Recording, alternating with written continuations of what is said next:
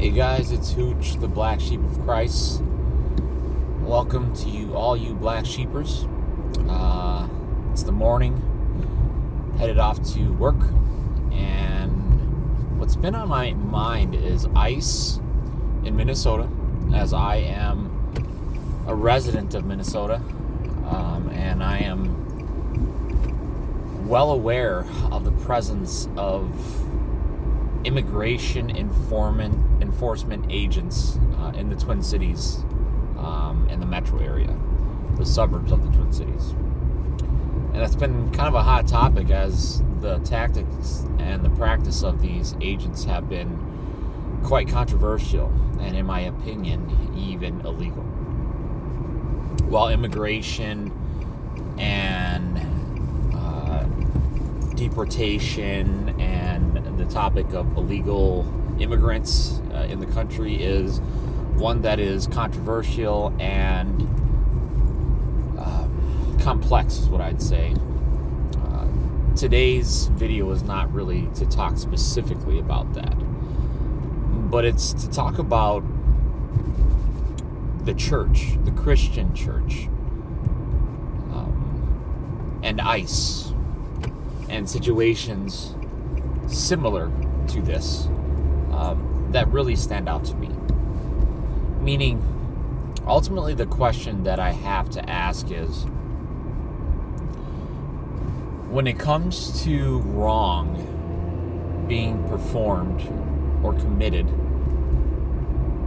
by individuals or a group of individuals very publicly, where is the church? The church is supposed to be the pillar of God's truth. It's supposed to be a representation of the person of God,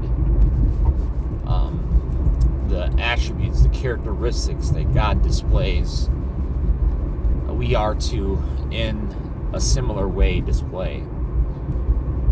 And while I think it is easy to stand in times where everyone else, everyone meaning whatever circle you're part of, whatever denomination you claim, whatever theology, I think when those leaders and those individuals and those groups are preaching the same message, I think it's very easy to stand up and say, you know what, I feel the same way. But it's not in times of ease that our faith is most tried and tested, but really it's in times of greatest trial, greatest difficulty. And so one of the observations that I've made about this situation is, one, let's just start out with my opinion about ICE. I think, first of all, I am pro-government. I think government is a blessing from God, appointed by God, for good. But I think when the government acts in a way in which is unrighteous, wicked, sinful, it is no longer really a blessing. In many ways, it is a curse. That doesn't change the design that God has given us to live our lives. It is a good design. But we, in our corrupt nature, and our sinful nature, bring about corruption with everything that we touch. And government is one. And so though I am pro-government, I am anti-corruption. Hence I have this channel, the Black Sheep of Christ. Because corruption is everywhere. Corruption is even in the church. Corruption is in the government. I think many people know that and acknowledge that. But the question is, when you see what you see and you see it clearly, are you willing to stand and say, you know what, this is wrong?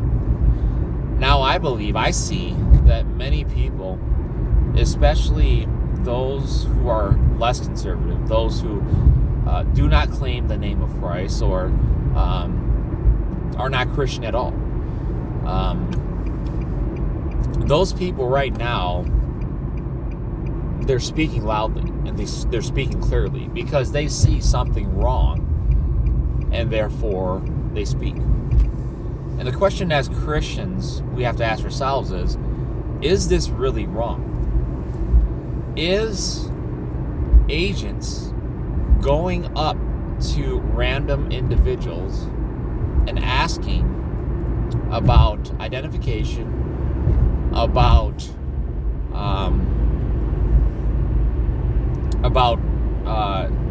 country of origin, about citizenship, is that a righteous thing to do? Is that even a lawful thing to do according to our Constitution? And I think from what I've seen, it is not righteous at all. In fact, it is wicked. And I think it's wicked, and I think it's wrong, most importantly because what you're doing is you're looking at someone's skin color, you're looking at someone's possible religion, you're looking at someone's language, accent, and you're judging whether they have done wrong or not based on those things. The Constitution does not afford for law enforcement officials, officers, agents to just simply walk up to anybody and ask them for information. So it's wrong according to the Constitution, the U.S. Constitution, and it is wrong according to Scripture because that's being done out of a spirit of partiality, favoritism. By favoring one group, you are discriminating against another. And the entirety of the Bible speaks clearly to that, partiality. It is a significant sin in the eyes of God. And thus, if it is a significant sin in the eyes of God, what does it mean to the Christian? Now, again, I am pro-government, I am anti-corruption. I'm pro-law enforcement, I am anti-corruption. I am pro-church, I am anti-corruption. But there is corruption, many times, many examples of corruption within these institutions. And I think that's a reality that we all have to face, no matter who we are, no matter what religion we have to claim, no matter what political affiliations we have. And sadly, what I see is a very quiet Christian church. What I see is wickedness being done, but generally speaking, a very quiet church. And you have to ask yourself why. Why is the church quiet? And I think the struggle is this. The struggle is Christians tend to be conservative. Conservatives tend to be Republican.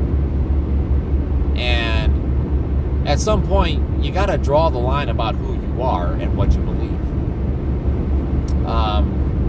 And I think one of the dangers that we've really fallen into as Christians in America is that we hold so tightly onto being a part of the Republican political party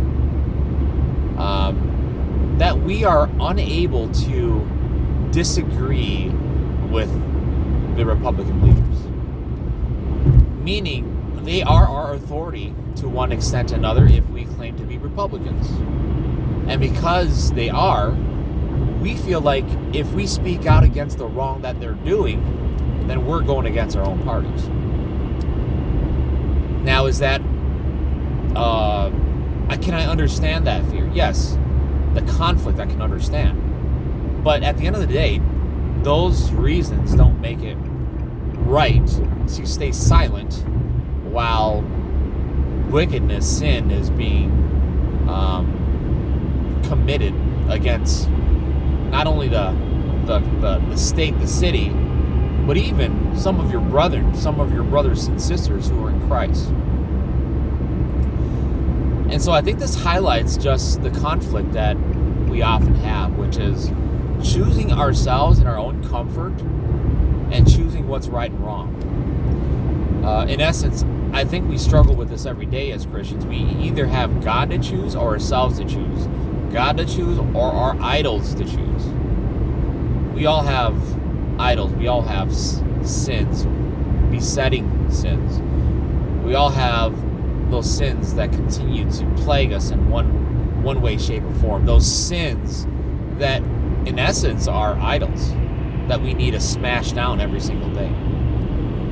And one of the sins that I've seen, that I've observed, is the sin of partiality, the sin of imbalanced scales. So while we do, for example, care about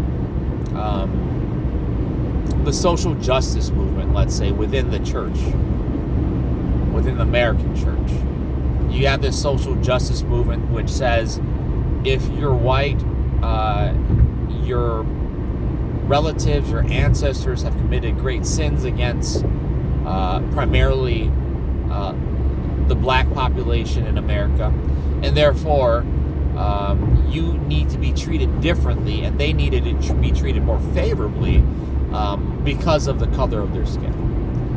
Even though as a white person, you might not have really been involved in any of those sins that have committed in the past, not even in your family, nonetheless for yourself, you're still being treated unfavorably because of your skin color.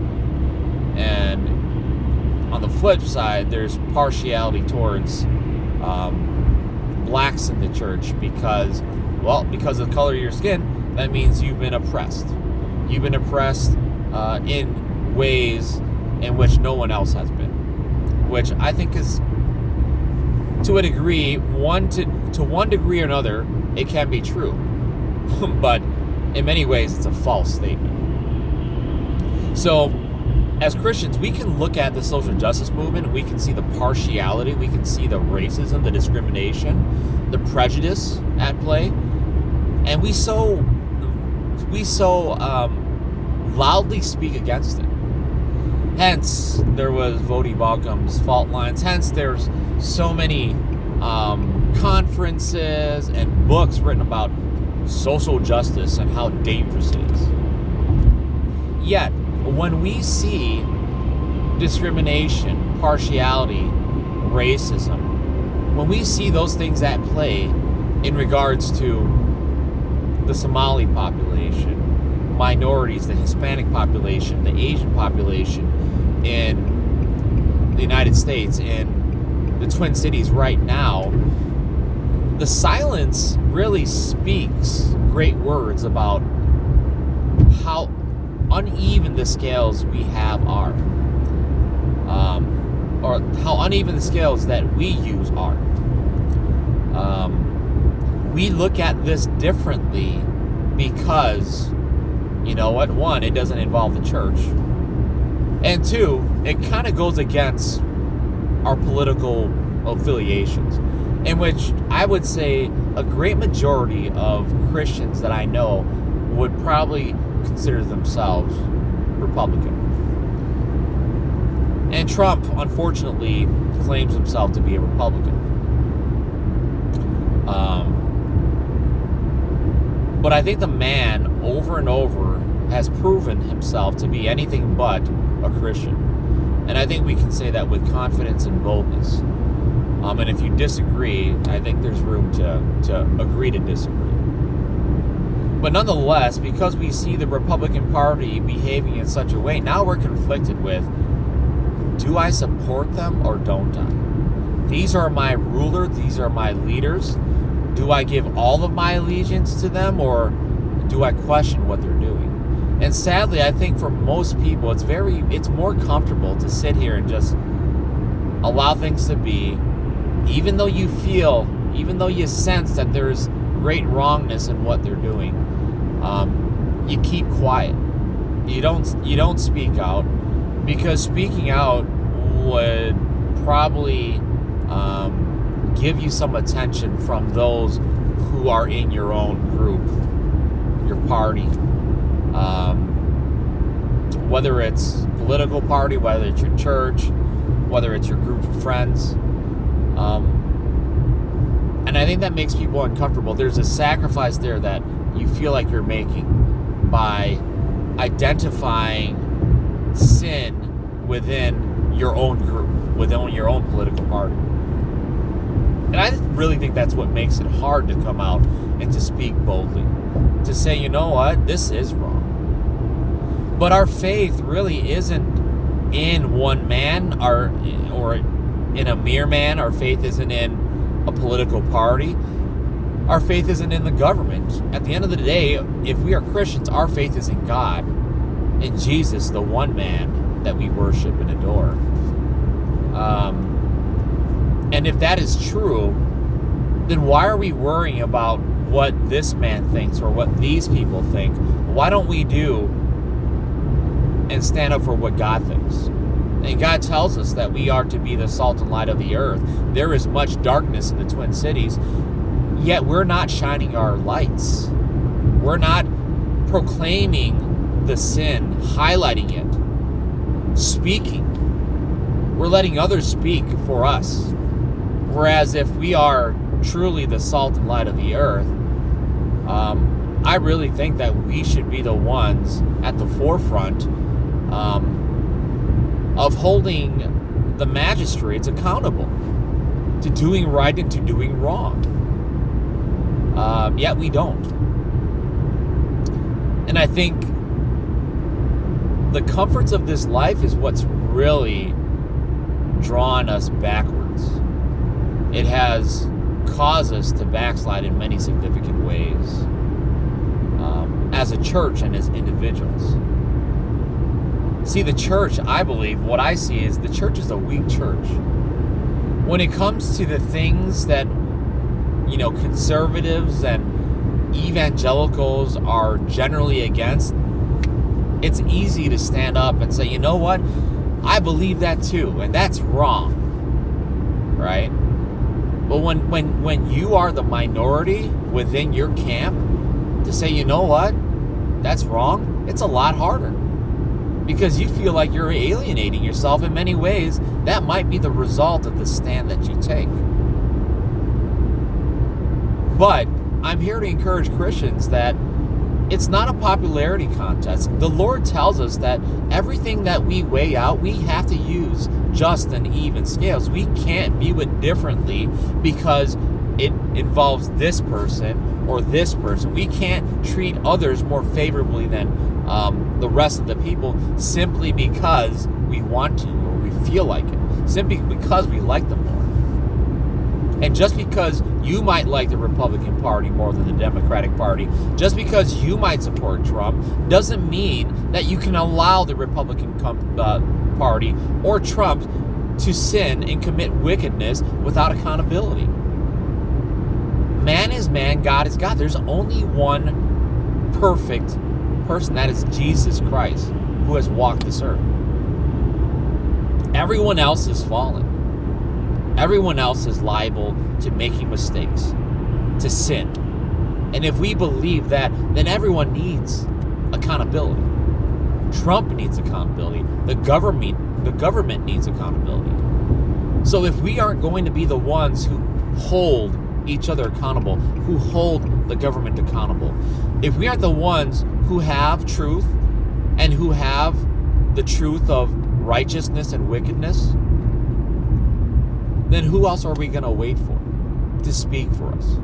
Or are we going to simply be bystanders in this world and allow the world to crumble as it may, to go the direction that it will? And perhaps the country has gone this direction simply because the church has been so weak, simply because the church has not spoken. You think about the wickedness of abortions, and the church is quiet because it's easier not to be out protesting murder. It's easier to be inside your homes, warm, on our tablets, on our TV screens, on our computer screens, on our cell phone screens. It's easier. I know it because I live it. I feel the struggle. And so when I speak about the weaknesses of the church, I am a part of the church. And some people may not think that, but I am. And I feel the struggles every day. But to suppress it, to suppress the truth, and to be dishonest with oneself and what we see, that's not going to help it. And therefore, I want to bring to light the truth that I see. I want to bring to light the difficulties that I observe. And that is it. And it has everything to do with what I've experienced in these past few years. I think this is the same type of dilemma that many Christians have. You see wrong being done in the church. The leaders are in sin. Yet, do you choose righteousness or do you choose yourself? Do you choose God or do you choose yourself? Do you choose to do what's right in God's sight or do you choose to maintain the comforts of your own life? If you go against the pastor, if you go against Trump, everyone's going to look at you differently. You're going to be hated on. In fact, you might be arrested by Trump's henchmen, or you might be excommunicated by the strong arm, the dictator pastors, the eldership. But either way, you have to live according to your conscience. You have to live up to the conscience that the Lord has given you. And if that conscience is telling you God has it this way, then if you are not listening and you are going against your conscience, then you are in sin. And that's just the harsh reality. And so you have this conflict between doing what's right and doing what's wrong, choosing righteousness and discomfort, or choosing sinfulness and comfort. And many people choose the latter. Many people choose to stay quiet because it's simply easier to stay quiet. It's the path of least resistance. And so it makes me really upset that ICE is out here in Minnesota doing what they're doing. That these ICE agents, it's as if they have no consciences. They don't even know what they're doing. They're just simply following orders. And I think many of them, perhaps not all of them, but many of them, they do struggle. But they're just like anybody else. They want to take the path of least resistance. It's easier to just go along with the program, get paid, and go home than to stand up and say, you know what, this is wrong. Either we change or either I gotta quit. Right? It's hard. And those are real dilemmas, and those are real decisions that you have to make. But when there's such obvious sin, such obvious wickedness being committed, it should make it that much more easy to say, you know what, I'm done with it. You know, if the pastor's in a lot of sin and it's so obvious for everyone to see, by staying you are complicit. You got to call it out or you just got to leave.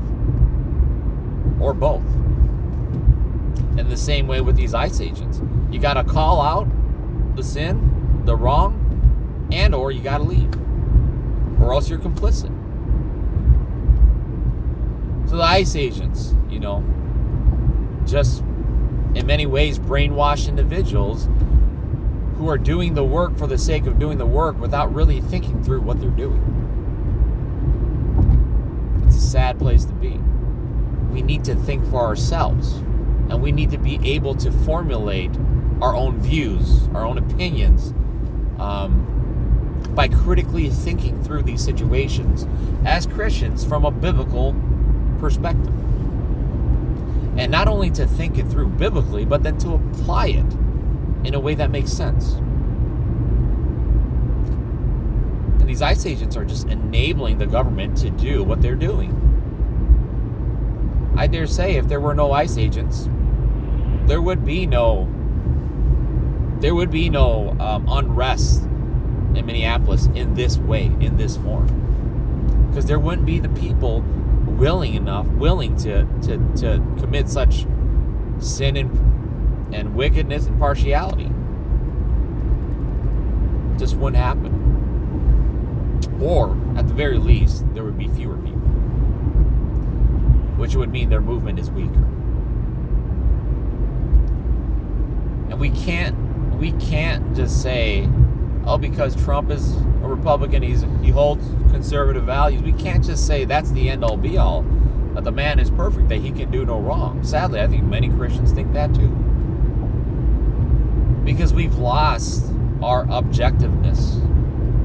We've lost the even scales. There's so much favoritism, so much man worship, so much partiality.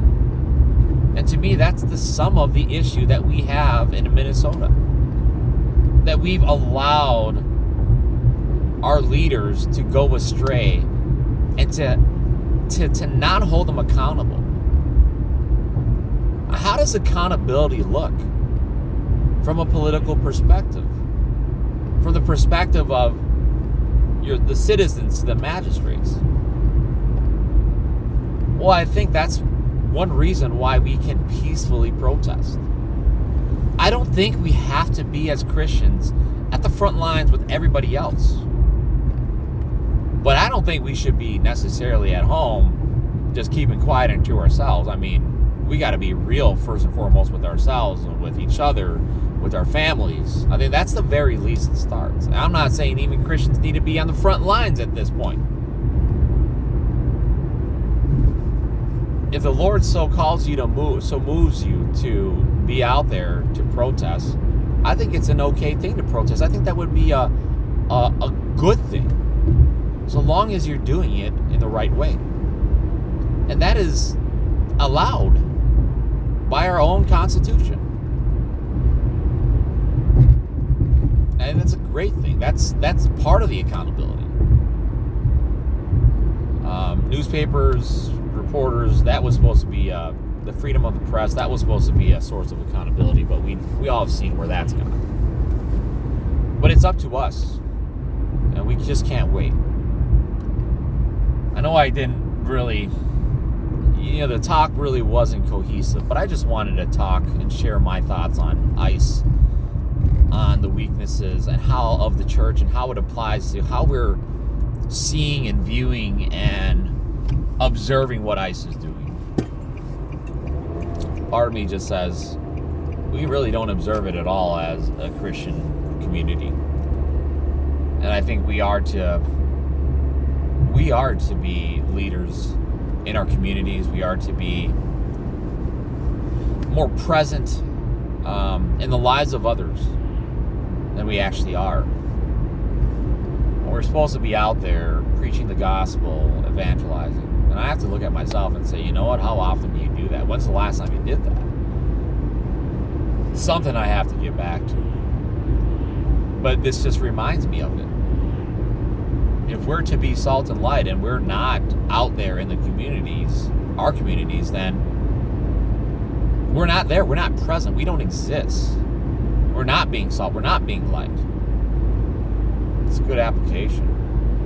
Especially in these times when there's so much confusion, so much anger, so much bitterness. Right?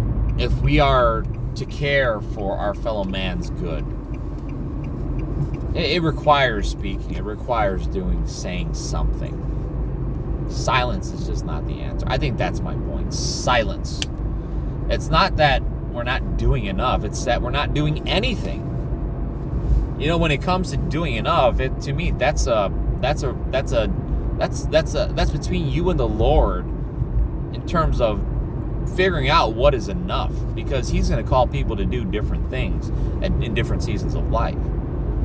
But if you're sitting here and doing nothing, absolutely nothing, not even talking about it with other people, trying to give your perspective from a good biblical worldview, even just to show others, hey, I have compassion on these people. I don't have to be stuck within the confines of the Republican Party lines or the conservative Christian right-wing lines. There's so much of that, and it's nothing but politics. It's nothing but fakeness. The world doesn't need fake Christians. The world needs real Christians. The world needs Christ's disciples. The world needs Christ's followers. not just people who are trying to use Christ to bring comfort to themselves. Christ, the gospel, our goal is to bring comfort to the world, peace, unity, love, hope, joy, all those things, truth, to the world, for the glory of God and for the good of our fellow man. I'll leave you guys with that message today. Thank you very much. God bless.